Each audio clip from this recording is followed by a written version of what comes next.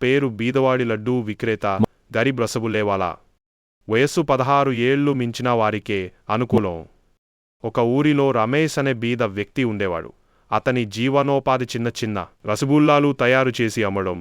రోజంతా కష్టపడి చేసుకున్న లాభం మాత్రం చాలా తక్కువే.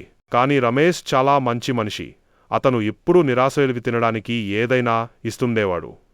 ఒకరోజు ఒక పేద పిల్లవాడు రమేష్ దగ్గరికి వచ్చి, అన్నా, నాకు చాలా ఆకలిగా ఉంది అన్నాడు. రమేష్ తన వద్ద ఉన్న చివరి 2 రసగుల్లాలను ఆ బాలుడికి ఇచ్చాడు. ఆ దృశ్యాన్ని చూడగా ఓ వృద్ధుడు గాఢంగా నవ్వుతూ వచ్చి అన్నాడు, నీ మంచి మనసుకి నేను ఆశీర్వదిస్తున్నాను. వృద్ధుడు నిజానికి దేవుడే. ఆ రాత్రి రమేష్ స్వప్నంలో దేవుడు వచ్చి ఇలా అన్నాడు, నీవు చేసిన మానవత్వానికి ప్రతిఫలంగా నీ జీవితాన్ని మార్చబోతున్నాను. తరువాతి రోజు నుంచి రమేష్ దుకాణం బాగా నడక ప్రారంభమైంది. రసగుల్లాలు అమ్ముకుంటూ పెద్ద వ్యాపారిగా ఎదిగాడు. నైతికత ఎప్పుడు మంచి చేయాలి, మనమిస్తే తగ్గిపోదు, అది వృద్ధి చెందుతుంది.